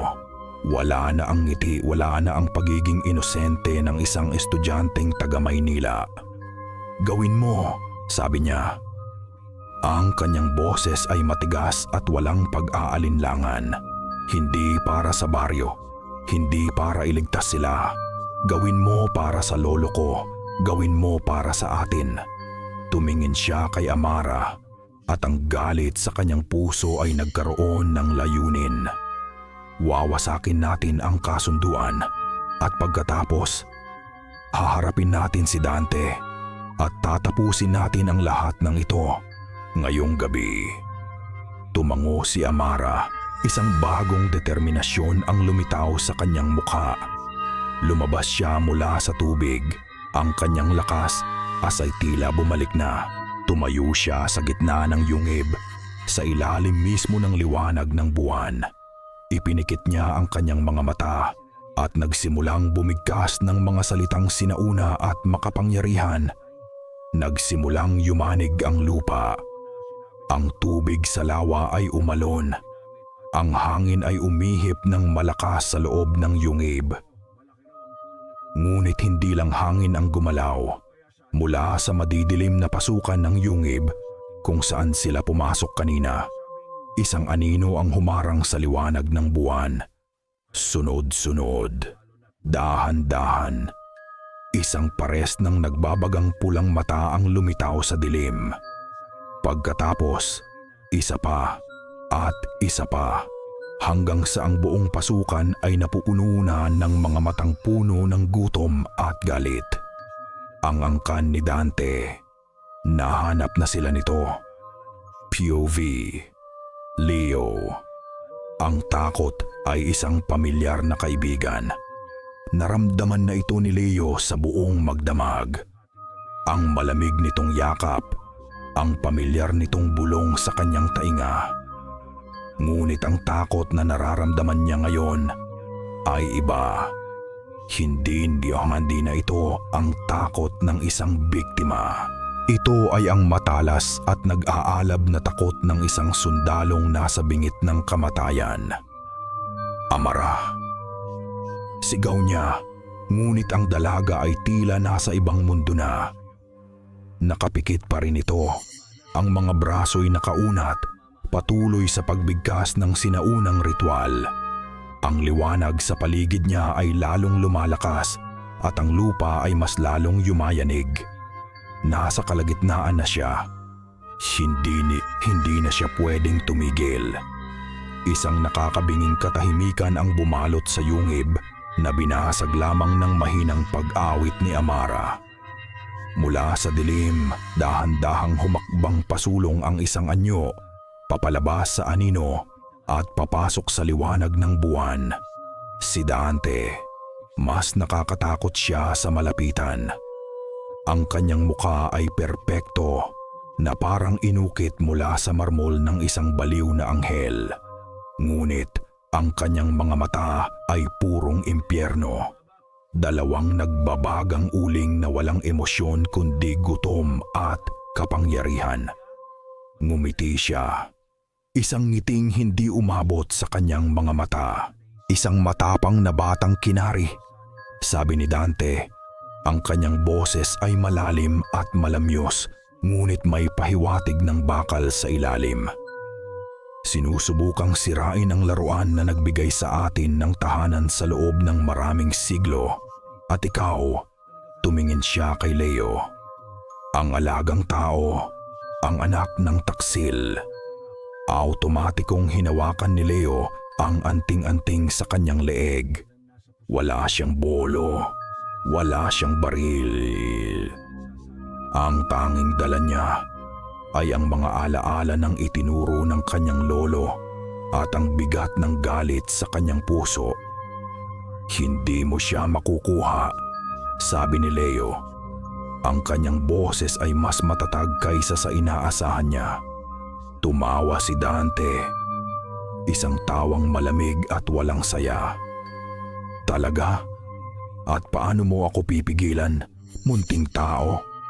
Sa pamamagitan ng galit mo? Sa likuran ni Dante, gaslong matatama ni Labada Dante, nagsimulang gumapang papalabas ang kanyang mga alagad. Mga tiktik na may anyong tao, ngunit may mga matang hayop at mahahabang kuko. Walang oras para mag-isip. Kailangan lang ni Leo ng oras. Oras para matapos ni Amara ang ritual. Naalala niya ang mga kwento ng kanyang lolo. Ang pilak ay sinusunog sila. Ang asin ay nagpapahina sa kanila. Ang biglaang liwanag ay nakakabulag. Mabilis na kumilos si Leo. Dinukot niya mula sa kanyang bulsa ang isang maliit na kutsilyong pilak na ibinigay sa kanya ni Adolfo. Isang kutsilyong ginagamit sa pagkain ng prutas. Hindi ito sandata, pero ito lang ang meron siya. Sumugod ang unang tiktik, ang bibig nito'y bumubukas ng malapad. Nagpapakita ng mga matutulis na ngipin. Umiwas si Leo at sa isang kilos na puno ng desperasyon, sinaksak niya ang braso ng halimaw. Isang nakakapasong sigaw ang umalingaw-ngaw. Umusok ang balat ng tiktik kung saan ito tinamaan ng pilak na parabang napaso ng asido.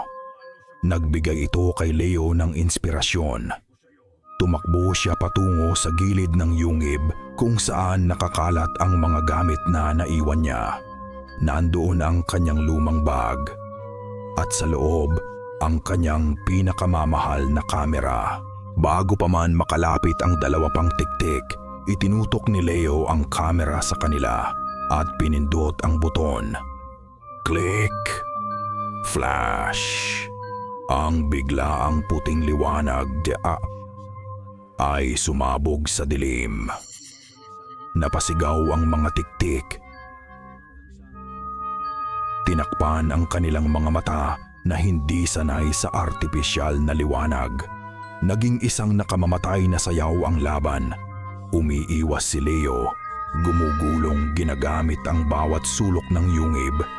Gamit ang liwanag ng flash at ang maliit na kutsilyong pilak, nagawa niyang panatilihing abala ang mga tiktik. Ngunit alam niyang hindi ito magtatagal. Sila ay mabilis at malakas at siya'y unti-unti nang napapagod. POV: Amara. Hindi niya naririnig ang laban sa labas. Ang kanyang isipan ay nasa ibang dimensyon. Nakikita niya ang mga hibla ng kapangyarihan na bumabalot sa gubat ng lagim. Mga gintong hibla ng buhay at mga itim at malagkit na hibla ng kasunduan. Ang kasunduan ay isang buhay na nilalang. Isang parasito na kumakapit sa lupa. Kumukuha ng lakas mula sa dugo ng mga inalay at sa pagkakakulong ng mga tiktik. Sinubukan niyang hilahin ang mga itim na hibla, ngunit masyadong matibay ang mga ito. Masyadong malakas. Naramdaman niya ang pagtutol ng sumpa. Naramdaman niya ang mga kaluluwa ng mga nakaraang alay, sumisigaw, nakakulong sa loob nito. Kailangan niya ng mas malakas na kapangyarihan. Kailangan niyang isuko ang lahat. Bumitaw siya sa kanyang anyong tao. Hinayaan niyang dumaloy ang purong lakas ng kanyang dugo. Naramdaman niya ang pagbabago, ang paghaba ng kanyang mga buto, ang pagtubo ng mga balahibo, ang paglaki ng kanyang kapangyarihan. Pobing Leo. Isang malakas na hapas mula sa likuran ang nagpatumba kay Leo. Nahulog ang kamera at nabasag. Ang kutsilyo ay tumalsik sa dilim. Isang tik-tik ang dumagan sa kanya. Ang mabahong hininga nito ay tumatama sa kanyang mukha. Tapos ka na, maliit na tao. Ungol ng tik-tik habang dahan-dahang ibinababa ang kanyang mga kuko patungo sa lalamunan ni Leo. Sa tabi, nakatayo si Dante, pinapanood ng lahat na parabang may isang nakakatuwang palabas. Nakatingala si Leo sa mukha ng halimaw at sa isang iglap, hindi na tik-tik ang nakita niya. Ang nakita niya ay ang mukha ng bawat taong baryo na sumigaw, ng bawat isa na naghagis ng bato, ng bawat isa na nagdala ng sulo. Ang nakita niya ay ang mukha ni Kapitan Romy, isang panibagong lakas na isinilang mula sa purong galit ang bumuhos sa kanyang mga ugat. Hindi pa siya tapos. Ginamit niya ang lahat ng natitira niyang lakas para iangat ang kanyang mga kamay. Hindi para itulak ang tik-tik, kundi para hawakan ang anting-anting sa kanyang leeg. Ang maitim na ngipin. Ang pamana ng kanyang lola. Sa isang desperadong kilos, sinunggaban niya ang kwintas at hinila ito ng buong lakas hanggang sa mapatid ang pulang sinulid. Ang kanyang mga daliri ay isinara sa matulis na ngipin. Para sa lolo ko, sigaw niya, at gamit ang isang puwersang hindi niya alam na taglay niya, itinarak niya ang matulis na dulo ng ngipin sa leeg ng tik-tik na nakadagan sa kanya. Hindi ito pilak. Ngunit ito ay isang bagay na mas luma, mas makapangyarihan. Isang piraso ng isang sinaunang halimaw. Isang nakakapasong tunog ang narinig. At ang tik-tik ay sumigaw sa isang sakit na hindi nito inaasahan. Nagpumiglas ito at gumulong palayo. Hawak ang leeg nito na ngayon ay umuusok na parang nasusunog. Nawala ang nangngiti sa mukha ni Dante. Napalitan ito ng pagtataka at isang pahiwatig ng galit. Imposible. Ginamit ni Leo ang pagkakataon. Tumayo siya, humihingal, at buong tapang na hinarap si Dante. Ikaw na ang susunod. Ngunit bago pa man makakilos si Dante, isang napakalakas na enerhiya ang sumabog mula sa gitna ng yungib. Isang liwanag na nakakasilaw. Isang sigaw na hindi na boses ng isang dalaga, kundi ungol ng isang makapangyarihang nilalang. Napilitan silang lahat na takpan ang kanilang mga mata. Nang humupa ang liwanag, wala na roon si Amara. Sa kinatatayuan niya, may isang nilalang na gawa sa purong gabi at liwanag ng buwan. Ang katawan nito ay balingkinitan ngunit matipuno, nababalot ng makikintab na itim na balahibo. Mula sa likod nito, 2 dambuhalang pakpak ang bumuka. Sapat ang laki para yakapin ang buong yungib. Ang kanyang muka ay may bakas pa rin ng kay Amara. Ngunit ang kanyang mga mata ay 2 bilog ng purong itim. At mula sa kanyang noo ay may isang maliit na simbolong kumikinang na parang bituin. Ang ritual ay tapos na. Ang kasunduan ay wasak na. Itinaas niya ang kanyang ulo at tumingin kay Dante. At sa unang pagkakataon, nakita ni Leo ang takot sa mga mata ng pinuno ng mga tiktik. Pinanood ni Leo ang lahat na parang isang panaginip, isang maganda at nakakatakot na bangungot. Ang bagong anyo ni Amara ay hindi isang halimaw. Isa itong puwersa ng kalikasan. Bawat pagaspas ng kanyang dambuhalang pakpak ay lumilikha ng hangin na kasing talas ng mga patalim. Bawat huni mula sa kanyang lalamunan ay isang alon ng kapangyarihan na yumanig sa mismong mga bato ng yungib. Ang mga tiktik na ilang sandali lang ang nakalipas ay mga demonyong handang pumatay sa kanya, ay naging parang mga langgam na lamang sa kanyang harapan. Hindi sila lumaban. Hindi sila nakalaban. Sasapos sa isang malakas na paghampas ng pakpak, sila'y naging pira-pirasong anino na tinangay ng hangin. Tanging si Dante na lamang ang natira, nakatayo sa gitna ng pagkawasak. Ang kanyang pagkamangha ay napalitan na ng purong galit. Sumugod siya. Isang itim na anino laban sa kumikinang na anyo ni Amara. Ang kanilang laban ay hindi isang laban ng lakas, kundi ng liwanag at dilim. Ang bawat pag-atake ni Dante ay sinalubong ng isang nakakapasong liwanag mula kay Amara. Ang yungib ay napuno ng mga pagsabog ng itim na usok at pilak na enerhiya. "Hindi mo kami makukulong muli," sigaw ni Dante. Ang kanyang anyo ay unti-unti nang natutunaw. Hindi sumagot si Amara. Itinaas niya ang kanyang mga kamay at isang sinag ng liwanag na kasing dalisay ng liwanag ng buwan ang bumalot kay Dante. Walang sigaw ng sakit. Mayroon lamang isang mahabang buntong hininga na para bang isang mabigat na pasanin ang sa wakas ay inalis. Ang anyo ni Dante ay naging abo at habang tinatangay ito ng hangin, isang huling bulong ang umaling-aungaw sa isipan ni Leo. Ngayon, malaya na tayong lahat. At pagkatapos, katahimikan. Nakatayo si Amara sa gitna ng yungib. Ang kanyang makapangyarihang anyo ay dahan-dahang humuhupa. Tapos na ang lahat. Ngunit hindi pa pala. Mula sa pasukan ng yungib kung saan nakatayo ang mga anino ng mga tiktik kanina, mga bagong anino ang dumating.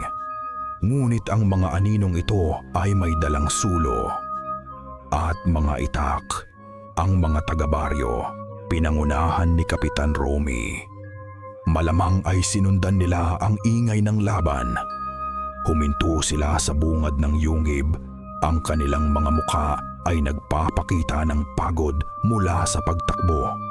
Ngunit nang makita nila kung ano ang nasa loob, ang pagod ay napalitan ng isang bagay na mas malala pa. Purong kilabot. Hindi nila nakita ang isang tagapagligtas. Ang nakita nila ay ang katuparan ng kanilang pinakamasamang bangungot. Isang dambuhalang nilalang na may pakpak, napapaligiran ng abo ng mga pinatay nitong kampon, kumikinang sa isang liwanag na hindi para sa mundo ng mga tao. "Halimaw," bulong ng isang babae mula sa likuran. Siya ang reyna nila," sabi ng isang tanod. Walang pasasalamat sa kanilang mga mata. Walang ginhawa. Tanging ang lumang takot at pagkamuhi. Nakita ni Amara ang kanilang mga muka. At sa isang saglit, tumingin siya kay Leo. Nakita niya ang pagkamangha sa mga mata ni Leo. Ngunit sa ilalim nito, nakita rin niya ang isang kislap. Isang maliit at hindi sinasadyang kislap ng takot na hindi naitago ng binata. Ang kislap na iyon ang dumurog sa kanya. Isang malungkot na huni ang kumawala sa kanya. Dahan-dahan, ang liwanag ay nawala. Ang mga pakpak ay pumasok pabalik sa kanyang likod. Ang mga balahibo ay naging balat. Ang nakakatakot na kapangyarihan ay umatras at iniwan ang isang pagod at nasasaktang dalaga na napaluhod sa lupa, nanginginig. Muli, siya ay naging mahina. Muli siya ay naging isang biktima. Ang pagbabagong iyon ay hindi nagdulot ng awa sa mga taga-baryo. Ito ay nagbigay sa kanila ng lakas ng loob. "Nakita niyo?" Sigaw ni Kapitan Romy. Itinuturo si Amara. Ang kanyang boses ay puno ng kasinungalingan at paghuhusga. "Isang manloloko. Nagpapanggap na tao. Nasunog ang ating mga bahay. Namatay ang ating mga kasama. Dahil sa kanya." Tumingin siya sa mga tao, Pinapalakas ang kanilang galit para pagtakpan ang sarili niyang kasalanan. Patayin ang halimaw, siya ang dahilan ng lahat ng ito. Ang mga salita ay parang isang mitya. Ang takot ng mga tao ay muling naging galit. Itinaas nila ang kanilang mga itak. Humakbang sila pasulong, isang alon ng kamangmangan at puot, handang ubusin ang nag-iisang babaeng kaliligtas lang sa kanila. Humakbang ang mga taga-baryo. Humakbang din si Leo. Ngunit hindi siya umatras. Humakbang siya pasulong at hinarangan si Amara gamit ang sarili niyang katawan. Hinarap niya ang mga taong dati niyang tinuring na kapitbahay. Nakita niya ang kanilang mga mukha ng magsasaka, mangingisda, mga ina, mga ama. Ngayon ay naging mukha ng mga berdugo. "Tama na," sabi niya. Ang kanyang boses ay hindi pa sigaw, ngunit puno ng bigat at awtoridad na tila nagmula pa sa kanyang lolo. "Tumabi ka dyan, Leo," sigaw ni Kapitan Romy. "Traidor ka rin. Kampon ka ng demonyo." Hindi sumagot si Leo. Hindi niya kailangan ng mga salita. Ang kanyang mga mata ang nagsalita para sa kanya. Tinitigan niya ang bawat isa sa kanila. Mula kay Kapitan Romy hanggang sa pinakahuling tao sa likod. Ang kanyang tingin ay hindi galit. Ito ay isang bagay na mas masahol pa. Ito ay puno ng pagkadiri. Isang tingin na sumasalamin sa lahat ng kanilang mga kasalanan, sa kanilang kaduwagan, sa dugo ni Elena na nasa kanilang mga kamay. Dahan-dahan, itinaas ni Leo ang isang bagay. Hindi isang itak, hindi isang sandata. Itinaas niya ang anting-anting, ang maitim na ngipin. At pagkatapos, itinaas niya ang kanyang nasirang kamera. Hindi niya alam kung bakit niya ito ginawa. Marahil ito ay isang ugali na lamang. O marahil, sa huling sandali, ang pagiging photographer niya ang nanaig. Ang trabaho niya ay kumuha ng larawan ng katotohanan, gaano man ito kapangit. Itinutok niya ang basag na lente sa kanila. At pinindot niya ang buton. Click! Walang flash, walang liwanag. Tanging ang tunog lamang, isang simpleng tunog na pumutol sa tensyon. Ang tunog ng isang sandaling nahuli. Ang tunog ng isang katotohanang naitala. Ang simpleng tunog na iyon ang nagpatigil sa kanila. Sa isang iglap, ang mahika ng galit ng grupo ay nawala. Nakita nila ang kanilang mga sarili. Isang grupo ng mga taong may dalang itak, handang pumatay sa isang babaeng walang kalaban-laban, habang ang isang batang lalaki ay kinukunan sila ng litrato. Nakita nila ang kanilang sarili sa mata ni Leo. Nakita nila ang kanilang pagiging halimaw. Isa-isang nagbabaan ang mga itak. Nag-iwasan sila ng tingin. Ang koro ng galit ay naging isang bulungan ng hiya. Dahan-dahan na parang isang alon na umaatras, tumalikod sila at nagsimulang maglakad palayo, pabalik sa abo ng kanilang baryo. Pabalik sa kasinungalingan na kanilang itinayo. Naiwan si Leo at Amara sa katahimikan ng yungib. Tinulungan ni Leo si Amara na tumayo. Walang nagsalita. Hindi na kailangan. Naglakad sila palabas ng yungib at tinahak ang landas palayo sa gubat ng lagim, sa direksyong papalayo sa San Ildefonso. Habang sumisikat ang araw, at ang mga unang sinag nito ay tumagos sa mga puno. Sa wakas ay narating nila ang dulo ng gubat at ang pangunahing daan. Hindi sila lumingon. Tatakbuli naman makalipas ang ilang buwan. Ang Baryo San Ildefonso ay isang lugar na nababalot ng katahimikan. Ngunit hindi na ito ang katahimikan ng takot. Ito ay ang katahimikan ng kamatayan. Ang kasunduan ay wala na, ngunit wala na rin ang biyaya nito. Ang mga pananim ay hindi na tumutubo, ang mga ilog ay natutuyo, ang mga tao ay isa-isang umaalis, dala ang isang kahihiyan na hindi nila masabi sa salita. Ang baryo ay namamatay, hindi dahil sa isang sumpa, kundi dahil sa sarili nitong kasalanan. Manila sa isang maliit at madilim na kwarto. Ang tanging liwanag ay nagmumula sa isang pulang ilaw. Ito ay isang dark room. Nakatayo si Leo sa harap ng isang palanggana ng kemikal. Pinapanood ang isang imahe na dahan-dahang lumilitaw sa isang blankong papel.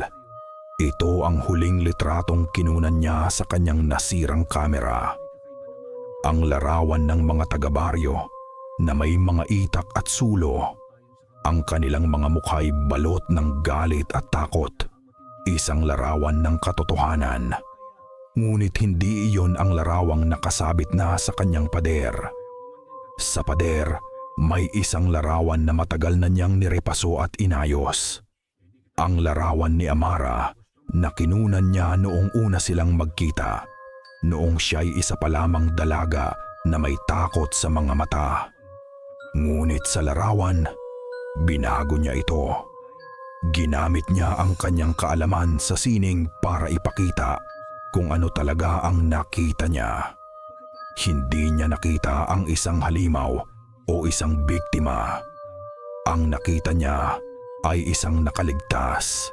Isang babae na may mga matang sumasalamin sa sakit, ngunit sa likod ng sakit may isang pangako ng kalayaan. Inilapag ni Leo ang kanyang ginagawa at tinitigan ang larawan. Sa labas, naririnig niya ang ingay ng siyudad, ang tunog ng buhay. Ligtas na sila, malaya na. Ngunit habang tinititigan niya ang larawan, sa katahimikan ng kanyang kwarto, may narinig siyang isang tunog. Isang tunog na napakahina, na halos inakala niyang gunig-guni lang. Isang tunog na nagmumula sa malayong malayo. Isang pamilyar na tunog na magiging bahagi na ng kanyang mga gabi habang buhay. Tek, tek, tek. Isang paalala na kahit anong mangyari, ang dilim ay hindi kailanman tuluyang naglalaho. Ito ay naghihintay lamang. Sige po, heto na ang mensahe mula sa mayakda. Ate, dito nagtatapos ang kwento ni Leo at Amara. Maraming salamat sa inyong pagsama sa akin sa madilim at nakakakilabot na paglalakbay sa Baryo San Ildefonso. Mula sa unang huni ng gabi hanggang sa huling paglaban sa puso ng gubat.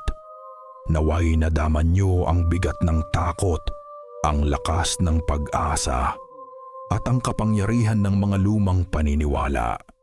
Bilang manunulat, ang kwentong ito ay hindi lamang isang paraan para magbahagi ng mga katatakutan.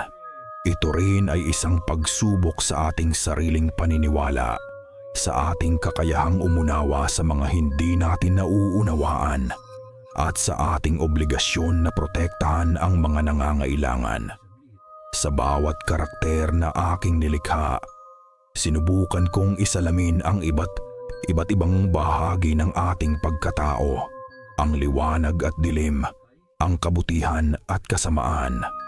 Naway ang mga pilat ng San Ildefonso ay magsilbing paalala na ang mga halimaw ay hindi lamang naninirahan sa dilim, kundi pati na rin sa ating mga puso. Ngunit naway maalala rin natin na ang pag-ibig, ang kapatawaran, at ang pag-asa ay maaaring maging sandata laban sa anumang katakutan. Inaasahan ko na ang kwentong ito ay nagdulot sa inyo ng matinding emosyon at pag-iisip. Kung nagustuhan nyo ang kwento, ibahagi ang inyong mga saloobin at damdamin. Nais kong marinig mula sa inyo. Ano ang inyong natutunan? Ano ang nagpatakbo ng inyong puso? Muli, maraming salamat sa inyong panahon at pakikinig. Hanggang sa muli nating pagtatagpo sa isa pang madilim na kwento. Mag-ingat po kayo.